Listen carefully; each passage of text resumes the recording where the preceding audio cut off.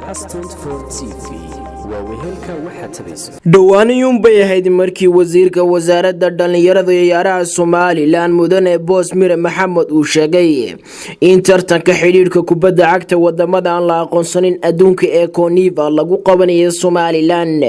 sanada 2020 waxa uu yiri كل وينو إيمانيان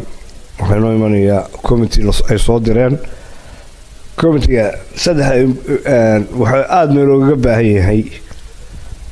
oo iyaguna iyaga waxa kamid ah number 1 waa garoomada number 2 waxa weeyaan hordaalada lagu soo degi karo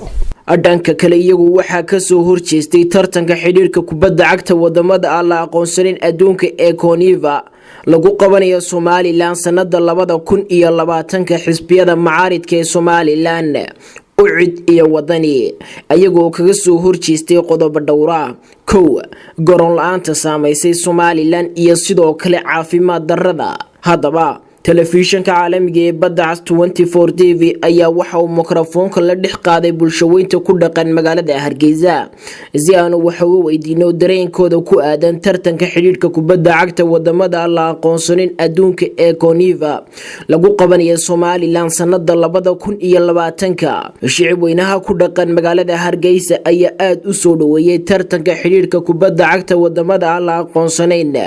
waxaana hadaladoodii kamid ahaa run ahaantii tartanka markaan ka hadla aniga dareen ahaantayda aad iyo aad baan soo dhaweynaya waayo waa maanta hadii aan yiraahno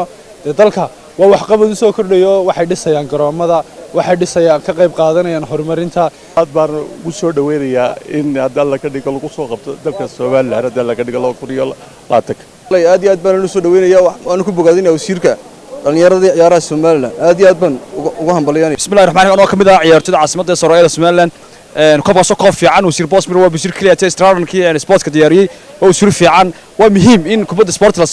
للسمايات تيم سكيو تيم الله قلنا الرجال وحنا ركعين السومالان اعتراف كيدو ومير سعرين هاي هذه أي تيم هذا إن الدقالة أما